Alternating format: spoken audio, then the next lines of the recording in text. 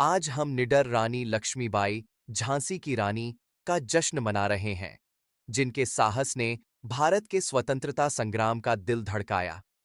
एक साम्राज्य की शक्ति का सामना करते हुए उन्होंने अपने सैनिकों का नेतृत्व अग्रिम पंक्ति से किया, अपनी बहादुरी और दृढ़ संकल्प से पीढ़ियों को प्रेरित किया। हमारे साथ जुड़ें, क्योंकि हम एक योद्धा रानी की विरासत का सम्मान करते हैं, जिसकी कहानी आज भी स्वतंत्रता की लौ को प्रज्वलित कर रही है।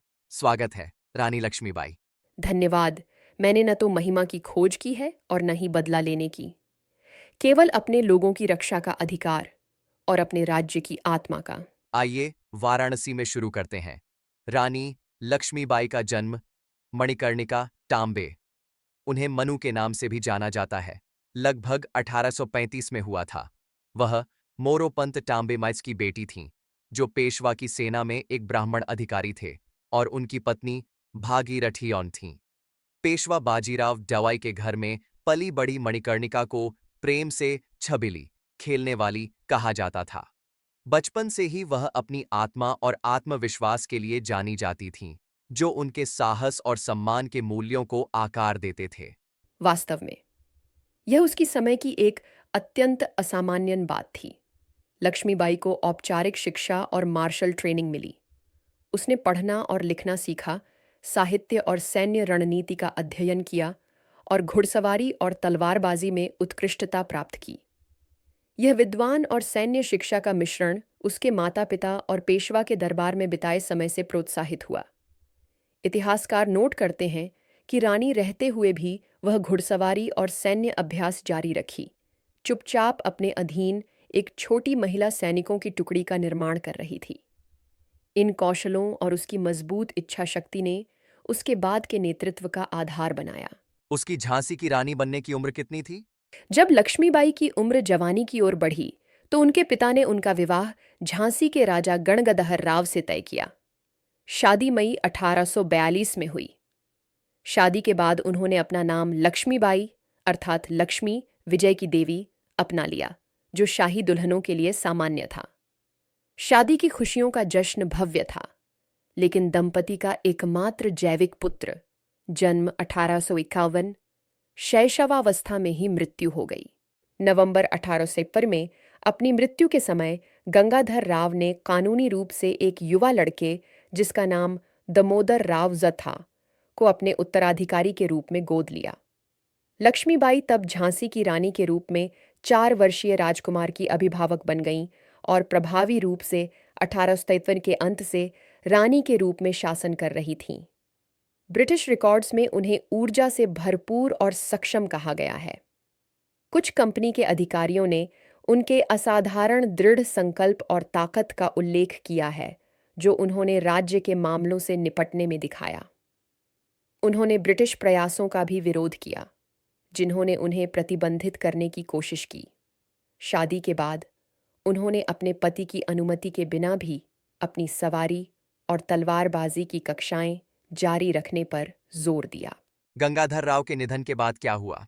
ब्रिटिश गवर्नर जनरल लॉर्ड डालहौसी ने लैप्स का सिद्धांत लागू किया, जिसने किसी भी राजसी राज्य को प्राकृतिक बायोलॉजिकल उत्तराधिकारी के बिना कब्जा कर लिया। डालहौसी ने दामोदर राव को वैध उत्तराधिकारी के रूप में मानने से इनकार कर दिया। फरवरी 1854 में ईस्ट इंडिया कंपनी ने औपचारिक रूप से झांसी का अधिग्रहण किया। लक्ष्मीबाई ने जोरदार विरोध किया। उन्होंने दिसंबर 1853 से गवर्नर जनरल को विस्तृत कानूनी अपीलें भेजीं, जिसमें तर्क दिया कि भारतीय राज्यों में अन्य गोद लिए उत्तराधिकारियों को स्वीकार किया गया है। रिकॉर्ड के अनुसार उन्होंने उदाहरण प्रस्तुत किए और दामोदर राव के अधिकारों के लिए याचिका की, लेकिन इन पत्रों को नज़रअंदाज कर दिया गया। कंपनी ने झांसी को लैप्स क्षेत्र घोषित किया और लक्ष्मीबाई को 60,000 रुपए का पेंशन और महल में रहने की अनुमति दी, लेकिन उसे वास्तविक शक्ति से वंचित कर दिया। तो जब 1857 का विद्रोह भड़का, तो लक्ष्मीबाई ने कैसे प्रतिक्रिया दी? 1857 के मई जून में बगावत फैलने तक लक्ष्मीबाई 22 वर्ष की थीं और झांसी पर गर्व महसूस करती थीं। उन्होंने शहर को आत्मसमर्पण करने से इनकार कर दिया। वास्तव में 1857 में उन्हें फिर से दामोदर राव की ओर से रेजेंट घोषित किया गया था और तुरंत ही उन्होंने सेना का आयोजन किया और झांसी को मजबूत किया। समकालीन खातों के अनुसार उन्होंने तेजी से एक सेना का निर्माण किया और बुंदेलखंड क्षेत्र में विद्रोही बलों का नेतृत्व किया। कुछ ब्रिटिश रिपोर्टों में कहा गया है कि मई 1857 के अंत में उन्होंने कंपनी के एजेंट से अपने नाम पर सैनिकों की भर्ती करने का अनुरोध किया था ताकि अपने राज्य और ब्रिटिश हितों की रक्षा की जा सके। हालांकि जैसे ही झांसी में बगावत और अराजकता बढ़ी, उन्होंने खुली अवज्ञा कर दी। जून 1857 की शुरुआत तक ब्रिटिश घड़ी झांसी से बाहर निकल चुकी थी और लक्ष्मीबाई प्रभावी रूप से स्वतंत्र रूप से राज्य का शासन कर रही थीं। उसने कौन कौन से मुख्य युद्ध लड़े?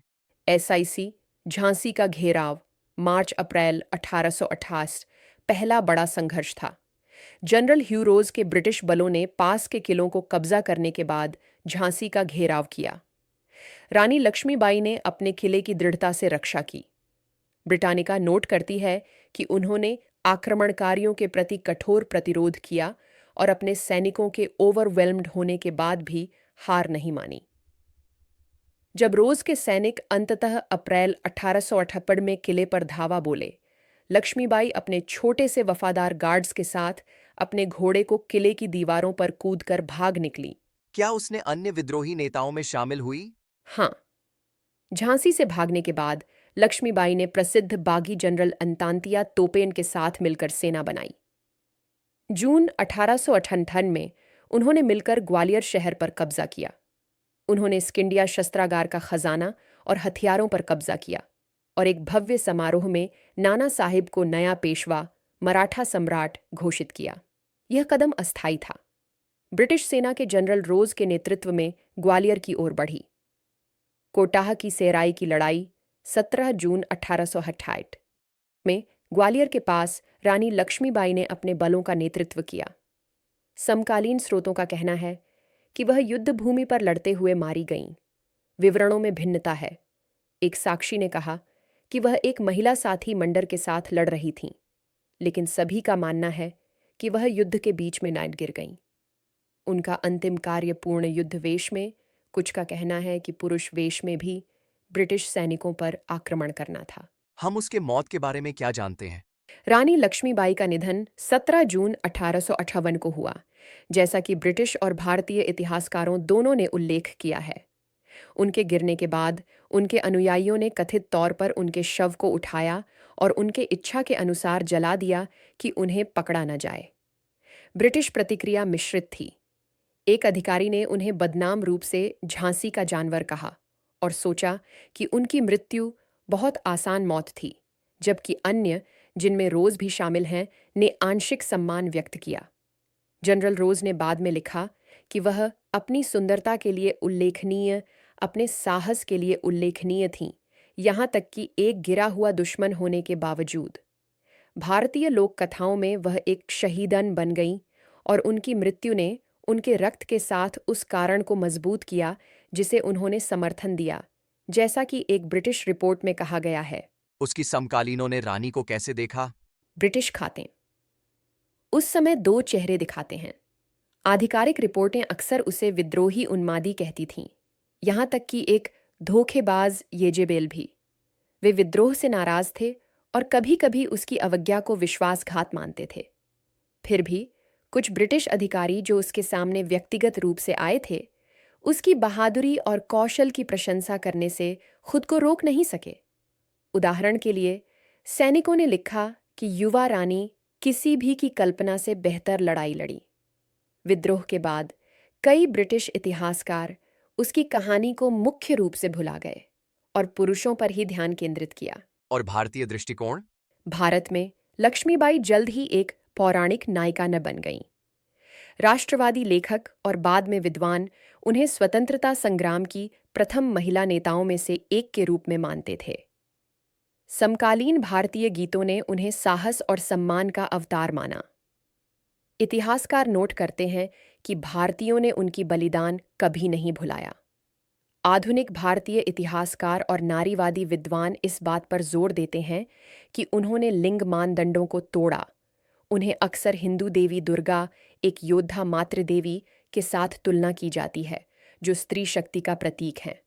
उदाहरण के लिए, एक विश्वकोश लेख में कहा गया है कि लक्ष्मीबाई का प्रोफाइल सामान्य महिलाओं की भूमिकाओं से आगे जाता है, जिससे वह सभी एशियाई नायिकाओं में सबसे महान बन जाती हैं। संक्षेप में, जबकि ब्रिटिश औपनिवेशिक रिकॉर्ड अनिर्णायक या उपेक्षापूर्ण थे, भारतीय स्रोत लक्ष्मीबाई को प्रतिरोध और महिला सशक्तिकरण का स्थायी प्रतीक बना देते हैं। लक्ष्मीबाई की विरासत जीवित है। स्वतंत्र भारत उन्हें एक राष्ट्रीय नायिका और नारीवादी प्रतीकवन के रूप में सम्मानित करता है।